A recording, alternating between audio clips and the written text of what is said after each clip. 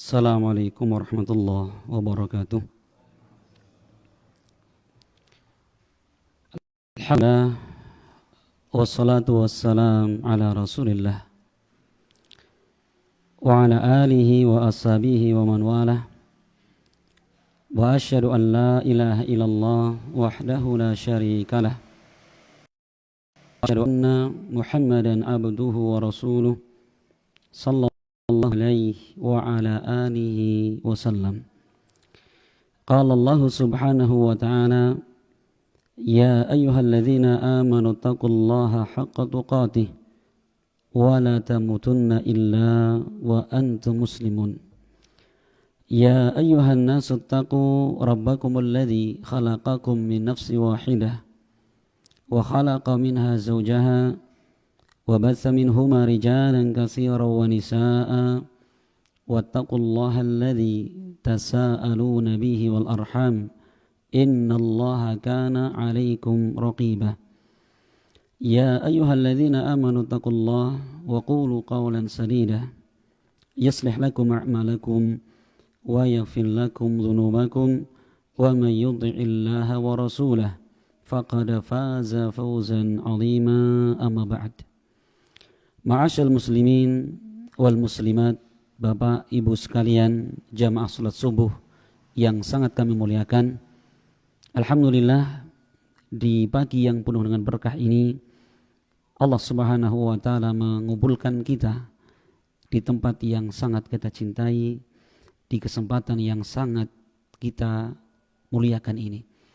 Alhamdulillah, tanpa terasa kita di pagi yang mulia ini berada di tanggal pinten Pak? 7 Ramadan.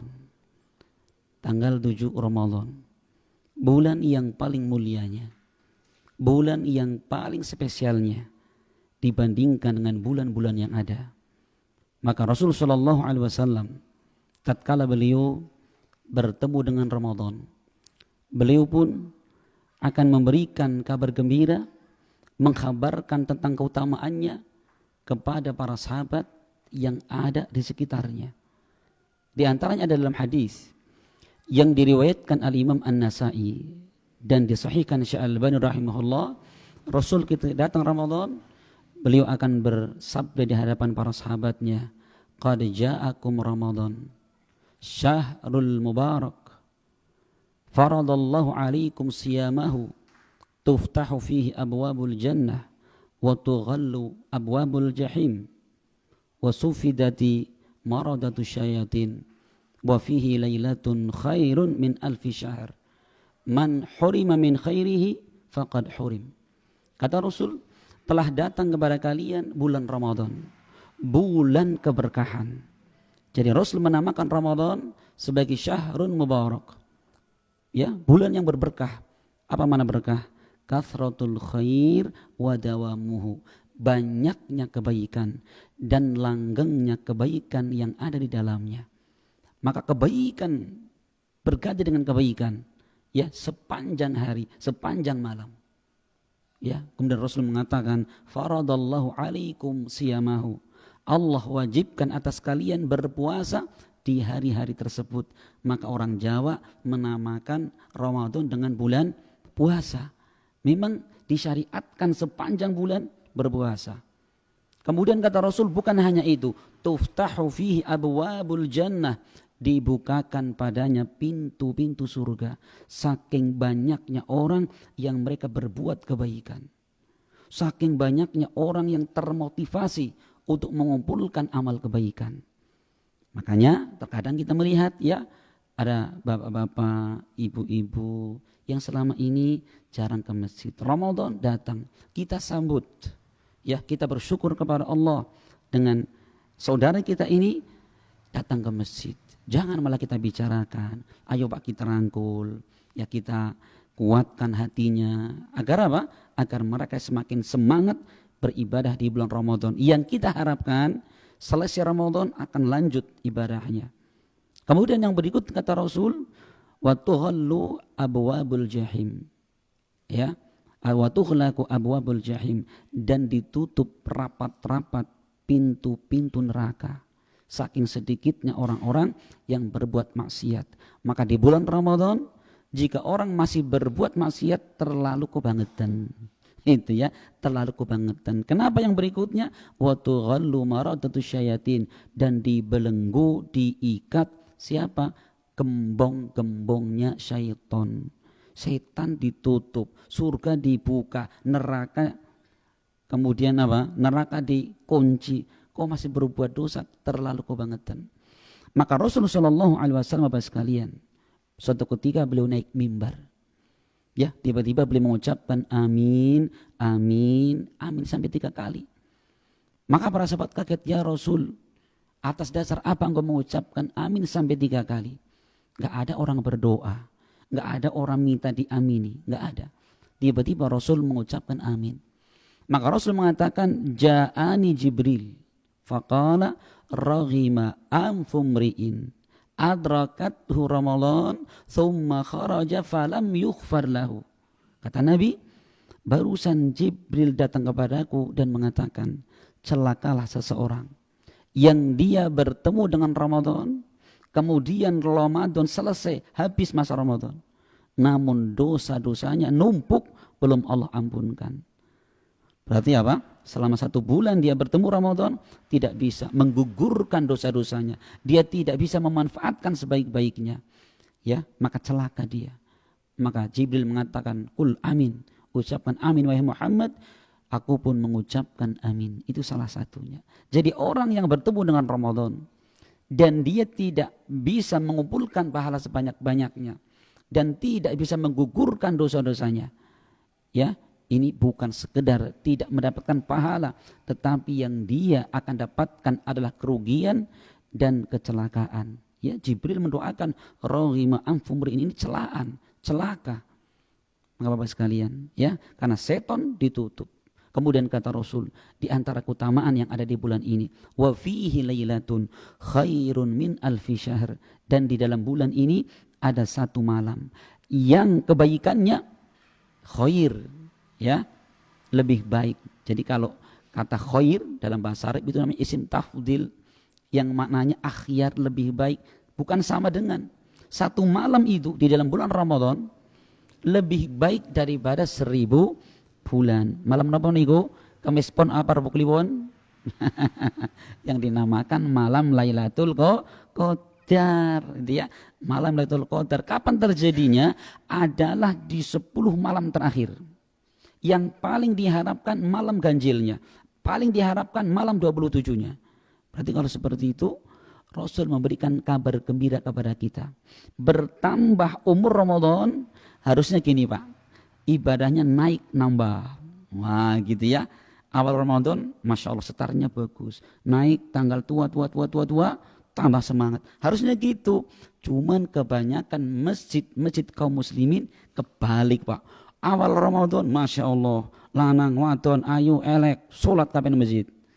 Begitu tanggal 20, mendi sing ayu-ayu sing ngateng-ngateng pada ilang kabeh nang masjid. Kebalik Bapak sekalian, ya. Kayak gini malah ini, tanggal tua malah tambah hilang. Ustadz kan Sofi tambah maju. Maju apa maksudnya? Maju rame apa maju sepi? Maju sepi ini, maju kosongi. Kecuali Al-Falah, amin nggih. Mugi-mugi lah, Masya Allah niku. Dan itu kebanyakan masjid-masjid kaum muslimin. Bapak sekalian coba kita melihat. Rasulullah SAW menggambarkan tentang ibadah beliau. Aisyah pernah bercerita. Karena Rasulullah SAW idza dakhala ashrul awakhir. Rasulullah ketika sudah masuk 10 malam yang terakhir. Apa yang beliau lakukan? Syadda mi'zarahu wa ahya lailahu wa aiqadha ahlahu. Ikat pinggangnya dikencangkan. Artinya apa? Tinggalkan anak, tinggalkan istri, tinggalkan kasur, selimut empuk. Ustadz yang mungkin anu pengantin lawas, pengantin anyar pada bayi. Nah, ini kadang-kadang ya, loh nyong pengantin anyar ya dinikmati masa keanyaran ini. Keliru. Rasul melakukan seperti itu baik pengantin lawas maupun baru. 10 malam terakhir hidupkan malamnya. Ya, beliau ikat pinggangnya, kenceng-kencengin. Menandakan apa? Semangatnya beliau ibadah. Yang kedua, wa ahya lailahu, hidupkan malamnya. Kenapa? Gawe roti. Iya, kalau kita begadang ngesokar badan gawe roti. Ceriping pisang, ceriping budin. Jadi apa? Jam 12 urung turu. Gawe ceriping. Kalau Rasul malam itu dihidupkan untuk ibadah. Bukan hanya itu, wa aiqadha ahlahu. Beliau bangunkan anak dan istrinya. Ustadz, pada baik raku. Jam loro, bu tangi bu ngapa kayak roti ini mateng. Gitu ya. Kalau kita bangunin istri roti ini mateng, kalau Nabi bangun istri, bu yang cin kan gitu ya, pengantin lawas biasa. Apa waktunya sholat malam itu Rasulullah SAW melakukannya. Jadi Bapak sekalian, Masya Allah, kalau kita melihat bagaimana ibadahnya Nabi SAW luar biasa. Maka kita harapkan Bapak sekalian, Ramadan tahun ini usahakan dan harus kepada diri kita masing-masing lebih baik dari Ramadan sebelumnya. Maka Bapak sekalian, kira-kira bagaimana kita ini bisa bersabar, bisa istiqamah, bisa mengambil kesempatan yang luar biasa ini dan dimanfaatkan sebaik-baiknya. Gimana caranya? Satu Bapak sekalian, kuncinya itu yaitu apa? Kita berilmu. Kita berilmu. Orang kalau tidak tahu keutamaannya, dia nggak akan tertarik. Orang kalau tidak tahu ternyata bulan ini spesial, orang tidak akan tertarik untuk mengambil manfaat yang luar biasa. Maka ma'asyiral muslimin wal muslimat rahimani wa rahmakumullah. Kedudukan ilmu agama ini luar biasa. Bisa menghidupkan iman yang sebelumnya tidak ada sama sekali. Bisa menyuburkan iman yang sebelumnya kering, sebelumnya kurus, sebelumnya tidak subur. Itulah iman. Itulah ilmu. Dengan ilmu inilah akan bisa mengokohkan iman yang ada dalam hati. Coba, dari satu sini ini saja kita bisa melihat betapa penting dan agungnya ilmu. Apa yang pertama? Menumbuhkan iman yang belum ada. Menyuburkan iman yang tadinya lemah. Ya, yang ketiga adalah menjadikan iman istiqomah yang ada di dalam hati seorang hamba. Lah, Ustaz, ngaranglah kita. Ngarang Ustaz. Bukan ngarang Bapak sekalian. Yang pertama, ilmu bisa menumbuhkan iman yang belum ada. Al-Imam Bukhari dalam sahihnya di dalam kitab tafsir, tatkala beliau menafsirkan surat At-Tur, maka beliau di situ menyebutkan kisah tentang seorang musyrik saat itu yang bernama Jubair bin Mut'im. Sinten Pak? Jubair bin Mut'im, utun Jubair ya, Jubair bin Mut'im. Oh, Jawa ya, anaknya Zubair ya, Jubair, kan ya. Jubair bin Mut'im. Beliau ini dulunya adalah seorang tokoh musyrikin. Beliau itu senantiasa menghalangi manusia, wong, ada pisan-pisan ya, ngerongakan omongan Muhammad, gitu selalu. Tapi bersamaan dengan itu, Jubair itu sebenarnya tertarik, penasaran dengan ajaran yang dibawa Muhammad Sallallahu Alaihi Wasallam. Terus gimana caranya? Jubair bin Mut'im ketika sudah datang waktu maghrib, beliau mencuri dengar bacaan Nabi. Datang ke samping masjid Nabi, masang kuping. Sebenarnya apa sih yang diwaca Muhammad? Kok orang begitu dengar langsung gandrung, cinta setengah mati, sampai mati bela Muhammad. Ada apa sebenarnya? Dipasang kupingnya. Masya Allah, ternyata waktu itu sholat maghrib Rasul sedang membaca surat At-Tur. Sampailah ayat yang ke-35. Ya, karena Jubair orang Arab, Al-Quran berbahasa Arab, paham maksudnya, paham artinya. Ternyata Rasul membaca, am khuliqu min ghairi syai'in am humul khaliqun.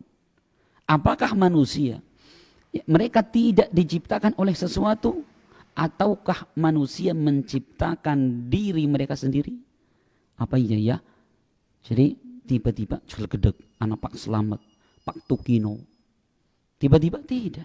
Iya juga. Yang kedua Allah mengatakan, apakah mungkin manusia menciptakan diri mereka sendiri? Gak mungkin.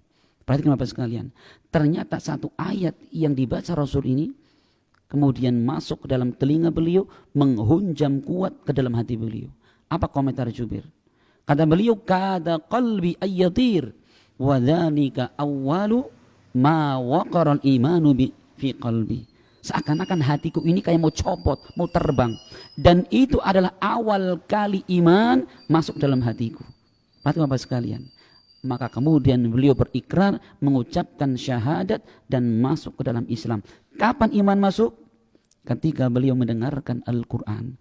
Beliau mendengarkan sumber ilmu kaum muslimin. Al-Quran yang itu merupakan kalam Allah subhanahu wa ta'ala. Iman masuk Bapak sekalian. Iman masuk dalam hatinya. Dan kisah seperti ini bukan hanya satu. Al-Imam Bukhari, Imam Muslim. Beliau meriwayatkan dengan hadis yang lain. Yaitu tentang kisah keislamannya Sumamah bin Utsal. Sumamah bin Utsal ini adalah seorang pembesar dari daerah yang namanya Yamamah. Beliau tokohnya di situ, tokoh musyrikin. Saat itu, kemudian Sumamah ini sangat membenci dan memusuhi Rasul dan kaum muslimin. Sudah nomor satu kalau Sumamah ini dalam membenci dan memusuhi kaum muslimin. Suatu ketika, Rasul dan para sahabat berhasil menangkap Sumamah dan kemudian menawan. Ditawan, kemudian ditaruh, diikat di salah satu tiang masjid. Ya, ini menunjukkan bahwa orang musyrik itu dia adalah boleh masuk masjid alias tidak najis. Ustadz, bagaimana kalau orang musyrik najis? Maksudnya najisnya mereka adalah najis maknawi. Perhatikan ya, najis maknawi. Musyrik ini, Sumamah bin Utsal dimasukkan oleh Rasul ke masjid dan diikat di tiang. Maka kalau ada orang sebagian, ya, ini bukan golongan saya, bukan muslim, dipel, keliru 100%. Ya, bahkan 200% salah mengafirkan orang. Yang kedua, salah memahami makna najis di sini. Maka Sumamah itu Bapak sekalian luar biasa. Ketika ditawan di pagi hari, Rasul masuk masjid, Rasul bertanya, bagaimana keadaanmu ya Sumamah? Ditanya keadaannya, kata Sumamah, keadaanku seperti yang engkau lihat. Jika engkau bunuh saya, itu hak Anda. Tapi kalau engkau memaafkan saya, niscaya engkau mendapati orang yang di hadapanmu ini, yaitu Sumamah maksudnya, adalah orang yang paling pandai berterima kasih kepada kebaikan orang lain. Maksudnya Pak, ngerti? Ada imbalan mesti. Hari itu Rasul lewat, sholat, mengajarkan taklim di masjid. Ternyata kegiatan Nabi setiap hari itu didengarkan, dilihat oleh Sumamah bin Utsal tadi.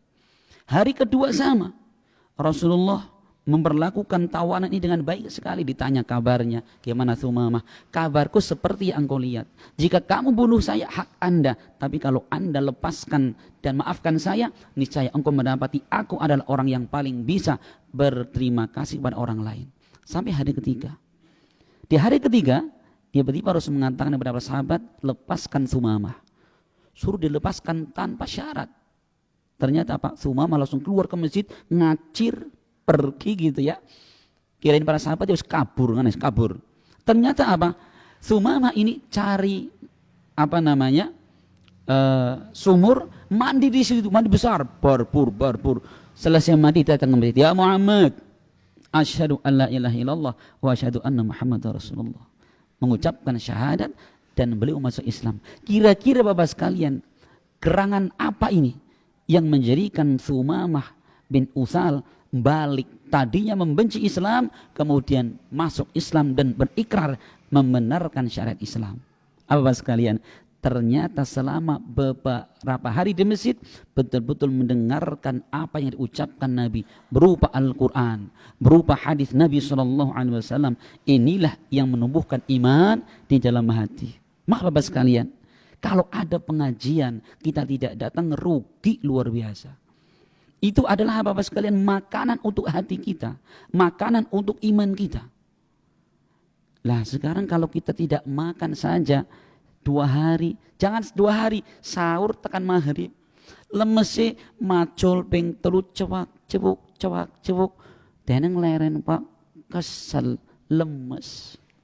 Ya, Masya Allah, kerja nang kantor turu bisa-bisa nih, ini ya orang macul. Kenapa Bapak sekalian? Kencot wetenge. Itu badan kita sehari tidak makan lemes. Bagaimana dengan hati kita?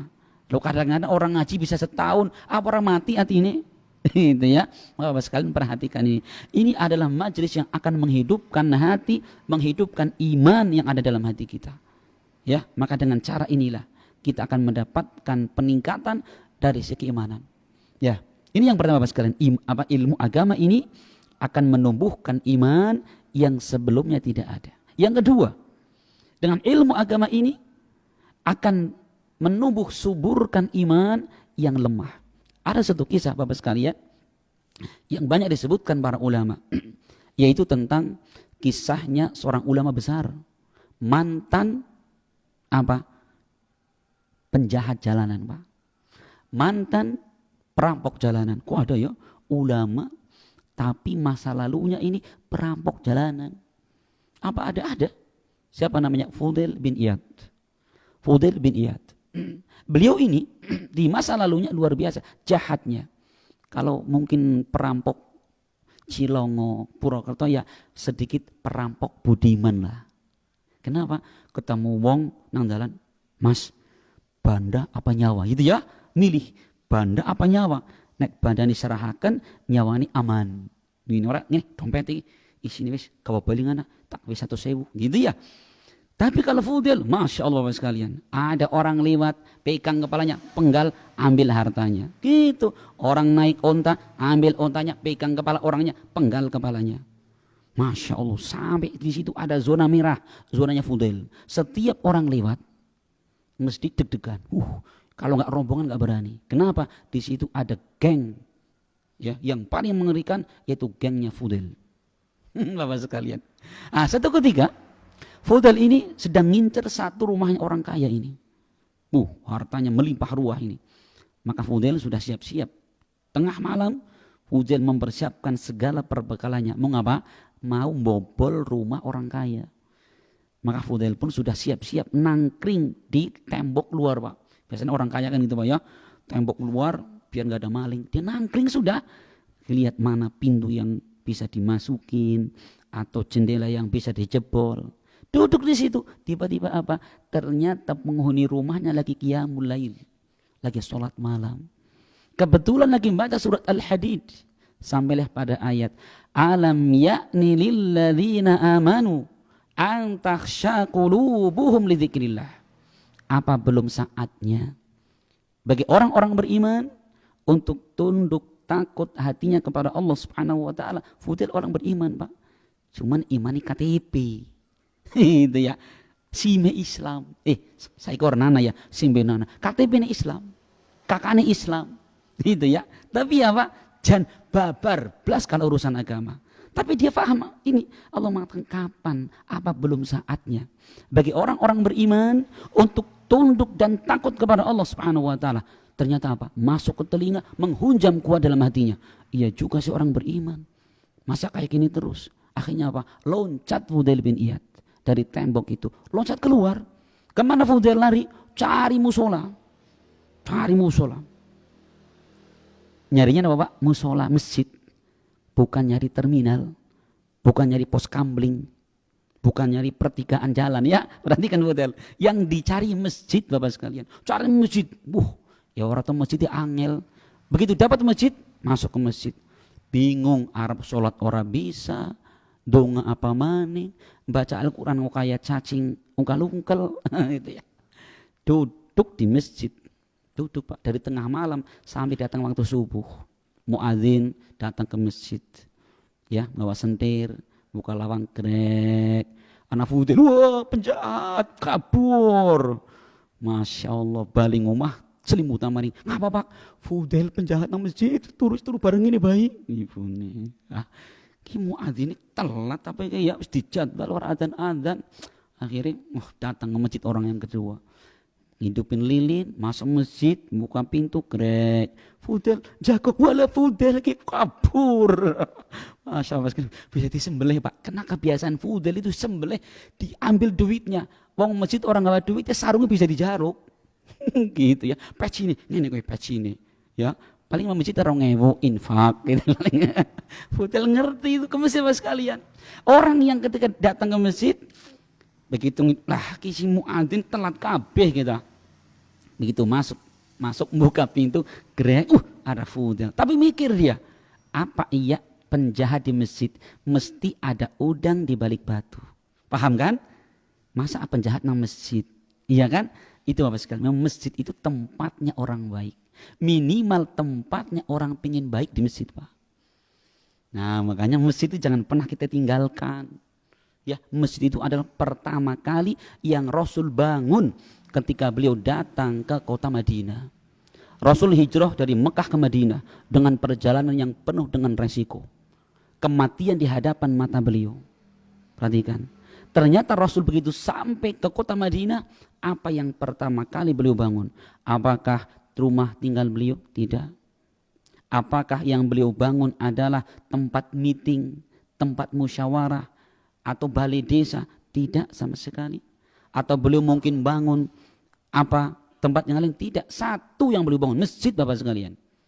Karena memang dari sinilah kemudian Rasul mendidik umat, beliau membimbing umat menjadi seorang ulama, menjadi seorang mujahidin, menjadi seorang negarawan, menjadi ahli ekonomi. Dari masjid mereka itu keluarnya.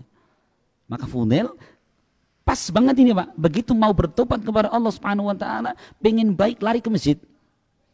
Enggak larinya ke terminal. Ya, enggak larinya ke mall, enggak, larinya ke masjid. Begitu orang ini ditanya, "Pak Fudail, ada apa jenengan?" Gitu ya. Orang malah dengarin temen gue, lah surat terima. Tidak, perhatikan ini, perhatikan ya.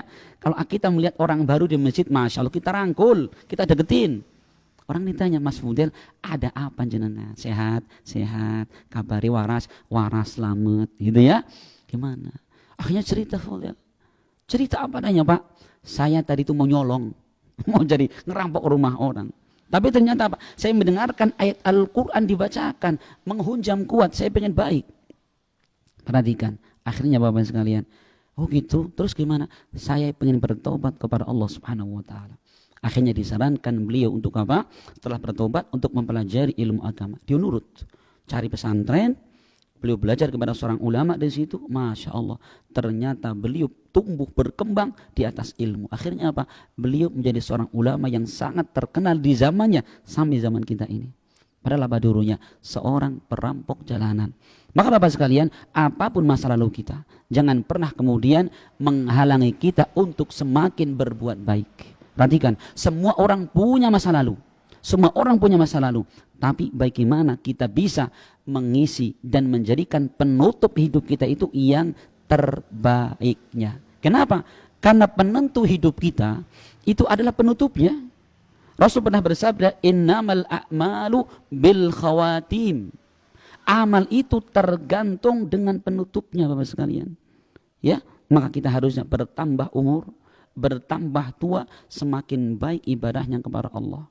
Ya, baik ibadah yang zahir, terlebih ibadah yang sifatnya batin kita. Perbaiki. Ya, perbaiki. Jangan malah semakin tua semakin menjadi, jangan. Karena Bapak sekalian, seharusnya seorang mukmin itu ketika dia melihat bertambah umurnya, berarti apa? Bertambah dekat dengan kematian, bertambah dekat dengan waktu berjumpa dengan Allah Subhanahu wa taala. Semakin dekat dia harus mempertanggungjawabkan semua amal yang dia lakukan di dunia ini. Maka Bapak sekalian, para ulama ketika menafsirkan ayat, ya, awalam nu'ammirkum ma yatadzakkaru fihi man tadzakkar wa ja'akumun nadhir. Bukankah kami telah memberikan umur kepada kalian dengan satu masa yang jika orang akan mengambil pelajaran, dia akan bisa mengambil. Wa qad ja'akumun nadhir, dan telah datang kepada kalian nadhir, peringatan. Artinya apa? Peringatan bakal segera mati. Apa makna para ulama ketika menjelaskan qad ja'akum nadhir, telah datang kepada kalian peringatan? Ya, Abdullah ibn Abbas dan selainnya menafsirkan, yaitu maknanya adalah asyaib, yaitu uban. Jadi kalau kita sudah mulai tumbuh uban, ya, rambut uban, jenggot uban, kumis mulai putih kayak mie, gitu ya. Bapak sekalian, ini menandakan bahwa kita itu sudah umurnya senja. Ibarat matahari Arab surup srenging ini, itu Pak ya, aja malah ke dadaku, sirahku. Jangan Bapak sekalian, bertambah umur itu kita semakin mendekatkan diri kepada Allah Subhanahu wa taala. Nah, ini yang kedua Bapak sekalian, bahwa ilmu ini ya akan menyuburkan iman yang sebelumnya tidak ada. Yang ketiga Bapak sekalian, bahwa ilmu agama ini akan menjadikan iman yang sudah ada semakin kokoh dalam diri kita. Padahal kebutuhan kita kepada kekokohan ilmu, kekokohan iman itu sangat dibutuhkan. Rasul sallallahu alaihi wasallam bersabda dalam hadis yang diriwayatkan Imam Muslim, datang dari sahabat yang mulia Thauban bin Malik.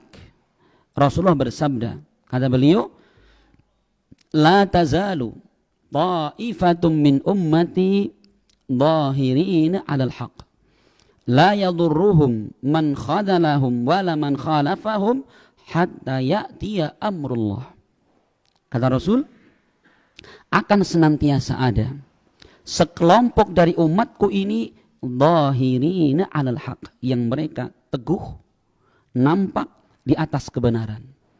La yadurruhum, tidak memudaratkan mereka orang-orang yang menyelisihi, orang-orang yang memusuhi. Kelompok ini tetap tegar di atas kebenaran. Sampai kapan datangnya? Hatta ya'tiya amrullah, sampai datang urusan Allah Subhanahu wa taala. Wahum kadzalik, sedangkan mereka masih seperti itu keadaannya. Dan Rasul menyebutkan ada satu kelompok dari umat Islam ini yang mereka tetap tegar ya di atas kebenaran walaupun banyak memusuhinya, walaupun banyak yang menghalanginya.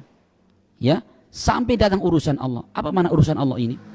Al-Imam Nawawi di dalam Syarah Sahih Muslim beliau menyebutkan makna amrullah ay qaribus sa'ah, yaitu mendekati hari kiamat, yaitu sebelum datangnya angin yang sangat lembut. Karena ketika menjelang hari kiamat Allah akan keluarkan angin yang sangat lembut. Tidaklah angin ini melewati orang-orang beriman, sekecil apapun iman mereka, melainkan mereka akan wafat seketika itu. Maka sebelum datangnya hari itu, sekelompok umat ini yang tegak di atas kebenaran itu ada. Siapa kelompok ini? Kan kita bertanya, Pak, kelompok ini apa? Apa yang benderanya putih, apa merah, biru, apa hijau, apa abu-abu gitu ya. Rasul tidak menyebutkan Bapak sekalian.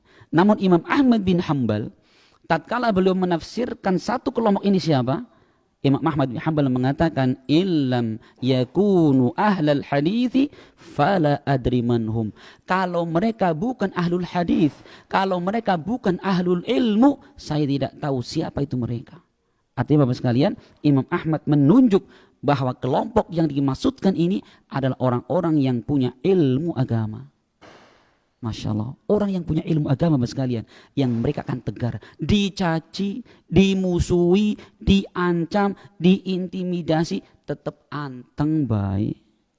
Kayak watu ireng sing atos, kena udannya tetap menteleng, ya, kena angin menteleng, ya, dilempar karo kotoran menteleng.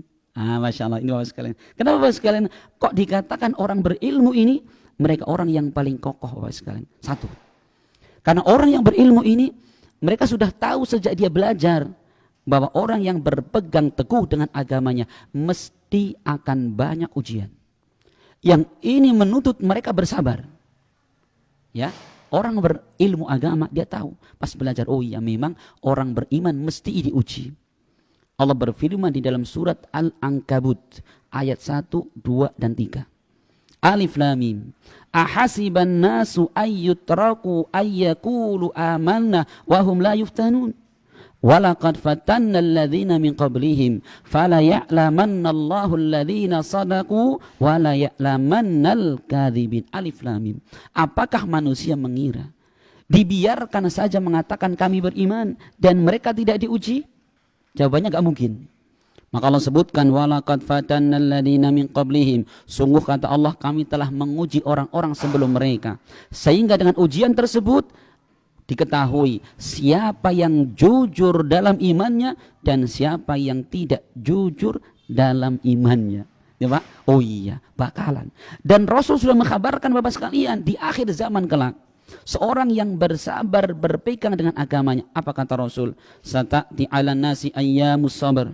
As-sabiru ala dinihi kal qabid alal jamr. Kata Nabi, yang akan datang di suatu zaman nanti, orang-orang yang bersabar, berpegang dengan agamaku, dengan agamanya, seperti orang yang megang bara api. Bapak sekalian, Rasul mengkabarkan di suatu zaman nanti akan datang satu zaman, suatu masa, orang yang bersabar, berpegang dengan agamanya, diibaratkan Nabi orang megang bara api. Cara cilengok bara api nopo? Bamba. Bamba Pak, lagi goreng muntul kan bamba. Kuat Pak, Masya Allah. Tapi Rasul menggambarkan Islam di akhir zaman seperti itu Bapak sekalian.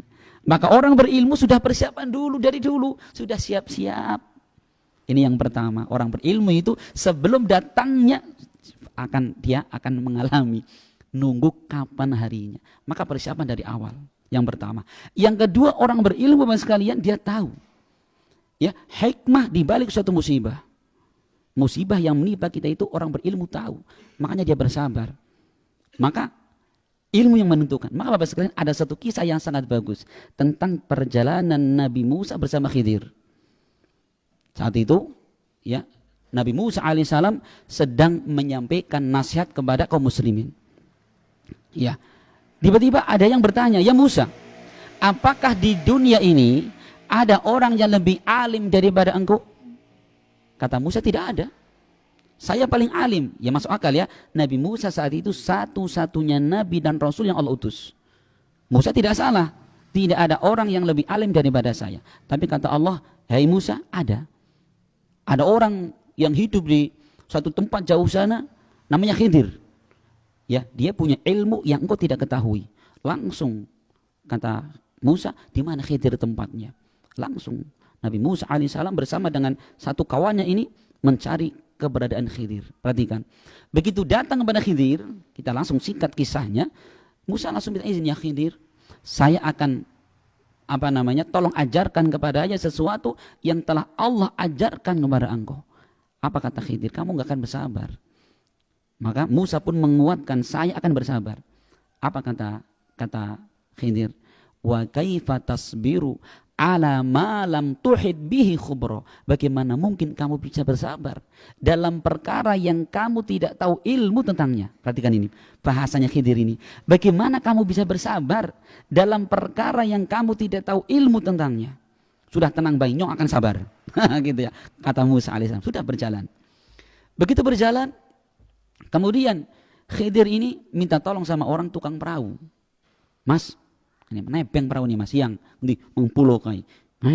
Ya, di dayung ya. Sudah sampai di sana gratis Pak. Itu gratis sama sekali. Begitu sampai di tempat, Masya Allah, itu papannya itu dibredel sama si Khidir. Bret, tenggelamkan. Der kebangetan Rika. Ya, digratisi malah dicemplungaken kapale. Tak ngomong aja takon. Oh iya salah aku ya. Aja takon. Berjalan lagi, ada anak 3 lagi main-main. Ya mungkin dir-diran apa dolanan sembuh ya. Tiba-tiba ada anak paling ganteng, paling kecil diambil sama Khidir. Pelintir kepalanya krek mati. Waduh. Dir, mata ini anak wong dir orang nasalai dir. Tak ngomong aja takon. Coba. Enggak sabar kan, enggak tahu ilmunya. Yang kedua, yang ketiga Bapak sekalian. Ketika itu waktu sudah mulai menjelang maghrib, menjelang malam. Maka Khidir dan Musa alaihissalam mau datang ke satu kampung, minta izin untuk bermalam dan biar mendapatkan makan malam gratis. Ternyata apa? Kampung itu nggak mau menerima, alias punya aturan tidak akan pernah menerima tamu di malam hari. Maka Khidir bersama Musa diusir. Wes ngana lunga. Begitu mau pergi dari kampung itu, ya sambil dongkol Musa ini, wes kesel-kesel, kencot-kencot, nginep para ulih, mangan ora ulih. Ternyata di pinggir kampung itu ada tembok mau roboh. Ini, enggal roboh. Maka sama Khidir, ayo Mus, bantu Mus, ditegakkan kembali. Apa kata Musa? Der, wong kita mau nginep ora ulih, cuman mau makan gak dikasih. Tembok malah dibenerakan. Mbok ngoleh minta bayaran biar untuk makan malam, bisa beli pecel lele apa nasi goreng lumayan gitu ya. Apa kata Musa? Kata Khidir, saya bilang kamu nggak bersabar. Oh iya saya salah. Akhirnya apa? Kata Khidir, sudah, sebelum kita berpisah saya jelaskan maksud apa yang saya lakukan. Begitu dijelaskan ilmunya, baru Nabi Musa alaihissalam melongo. Oh iya ya, ternyata yang kamu lakukan betul wahai Khidir. Perhatikan, orang tidak akan bersabar ketika tidak tahu ilmu tentangnya. Tapi kalau musibah menimpa kita dan kita tahu ilmunya, Masya Allah Bapak sekalian, kita bisa bersabar menjalani ujian itu. Contoh Bapak sekalian, sekarang kita ditimpa musibah dengan apa? Misalkan kematian orang yang kita cintai, orang tua, anak, istri. Itu betul-betul memukul hati kita, Pak. Ya kan? Tapi bagi orang yang punya ilmu, dia akan tahu bahwa musibah yang Allah timpakan itu ternyata apa? Luar biasa keutamaannya. Rasulullah SAW menyebutkan Bapak sekalian, ternyata bahwa besar kecilnya musibah ini tergantung dengan tingkatan keimanan. Rasul pernah bersabda dalam hadisnya, yubtalar rajulu bihasabi dinihi, fa in kana fi dinihi salaba ishtadda bala'uhu, wa in kana fi dinihi riqah ubtuliya ala qadri dinihi, wa la yazalu nasu bil bala'i hatta yatrukahu yamshi bainan nasi wa alaihi khadi'ah. Rasul mengatakan, sesungguhnya seseorang itu akan diuji Allah Subhanahu wa taala ala qadri dinihi, tergantung dengan kekuatan agamanya. Fa in kana fi dinihi salabah ishtadda bala'uhu, jika agamanya kuat akan semakin berat ujiannya. Wa in kana fi dinihi riqah, jika agamanya tipis maka dia hanya diuji sekedar agama yang dia miliki. Dan ujian ini kata Rasul terus menerus akan menerpa seorang hamba sampai Allah biarkan, tinggalkan dia berjalan di atas muka bumi ini sedangkan dia tidak memiliki dosa sama sekali. Artinya Bapak sekalian, satu, ujian yang menimpa kita ini menunjukkan iman kita bagus. Semakin berat ujian, semakin baik agama kita. Kita bersyukur berarti Pak. Yang pertama. Yang kedua, ketika ujian menimpa kita, ini akan apa? Akan menggugurkan dosa-dosa yang kita lakukan. Coba, kita setiap saat berbuat dosa kepada Allah. Kita bertobat belum tentu Allah terima. Namun dengan musibah, ujian yang menimpa kita ini, hakikatnya akan menggugurkan dosa yang kita lakukan. Apa tidak bersyukur? Bersyukur kepada Allah Bapak sekalian. Makanya Ibnu Qayyim menjelaskan manusia ketika berhadapan dengan ujian ada 3. Yang paling rendah, ini sabar Pak. Sabar ya. Sabar. Aduh ini panas gitu ya. Apa itu sabar Bapak sekalian? Sabar itu dia menahan diri. Hatinya bergejolak cuma ditahan. Makanya Rasul ketika menyebutkan sabar itu, atau para ulama ketika Rasul menyebutkan as-sabru diyaun. Ya, as-salatu nurun was-sabru diyaun. Apa bedanya? Salat adalah cahaya, sedangkan sabar adalah dia. Apa bedanya? Nur, dia. Sama-sama cahaya. Apa bedanya? Kalau dia kata para ulama itu adalah nurun ma'al hararah. Panas yang cahaya dibarengi dengan rasa panas. Ya, Allah menyebutkan bulan memiliki nur cahaya. Tapi giliran matahari bukan nur, tapi dia. Karena memang bahwa seorang yang bersabar itu panas. Masya Allah, gejolak kosong hati ini Pak. Sabar. Satu, itu ternyata yang paling rendah Pak. Kita bisa sabar, itu tingkatan paling rendah. Masya Allah. Yang kedua adalah dia ridho. Ridho, hatinya enggak bergejolak, enggak panas hatinya. Nerima. Bahkan tingkatan yang ketiga dia bersyukur Bapak sekalian. Ya, bojone mati alhamdulillah ngolet maning. Bukan. Kadang-kadang gitu loh. Bojone mati alhamdulillah apa bisa ngolet maning, aku ngincerin kae bojoku mati kebenaran. Astagfirullah, bukan itu Pak ya. Ini istri yang paling dicintai, yang paling disayangi, paling berbakti sama dia mati. Kan gitu ya. Dia Masya Allah berat hatinya. Bukan malah asal karena ada calon yang lain, bukan. Jadi di hati itu Masya Allah bersyukur Bapak sekalian. Dan inilah keadaan para nabi. Rasul pernah mengabarkan kehidupan para nabi. Kanal anbiya yafrahuna bil bala'i kama yafrahuna bin ni'mah. Kata Rasul, para nabi itu mereka bergembira ketika mendapatkan musibah seperti gembiranya mereka mendapatkan musibah. Ya. Mereka bergembira ketika mendapatkan musibah seperti gembiranya mereka mendapatkan nikmat. Masya Allah, Pak. Jadi mendapatkan musibah itu alhamdulillah seperti baru dapat anak baru. Ya. Iya, dia mendapatkan musibah seperti apa? Seperti orang baru nikah, istri baru. Gitu, Masya Allah. Ini keadaan para nabi. Kok bisa? Kok bisa gitu? Kita paling musibah kecil saja, duit hilang 1.000, Masya Allah, sebulan orang hilang-hilang. 1.000 anggal-anggal golete, hilang. Ya, tapi para nabi begitu mendapatkan musibah, Masya Allah, mereka bersyukur, berterima kasih kepada Allah Subhanahu wa ta'ala. Apa yang membedakan? Yang membedakan adalah ilmu. Masya Allah, ya. Ternyata lagi-lagi porosnya adalah ilmu. Sampai sini Bapak sekalian yang bisa kita sampaikan. Semoga bermanfaat dan semoga Allah Subhanahu wa taala ya menjadikan apa yang kita pelajari ini menjadi ilmu yang bermanfaat dan ilmu yang kita bisa amalkan dalam kehidupan sehari-hari. Monggo Pak.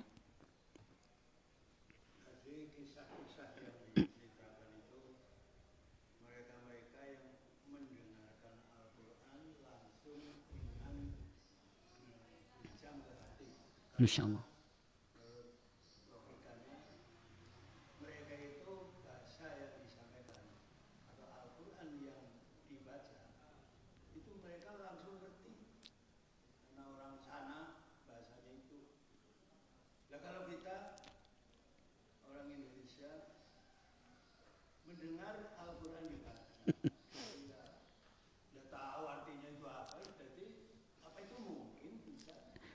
Masya Allah, bagus ya sekalian, bagus sekali, bagus, Masya Allah, benar.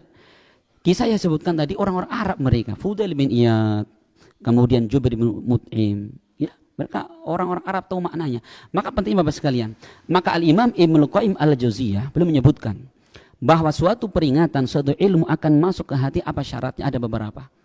Di dalam Kitabul Fawaid belum menyebutkan. Yang pertama adalah beliau menukilkan ayat Allah Subhanahu wa taala dalam surat Qaf. Inna fi dzalika ladzikra liman kana lahu qalbun aw alqasam'a wa huwa syahid.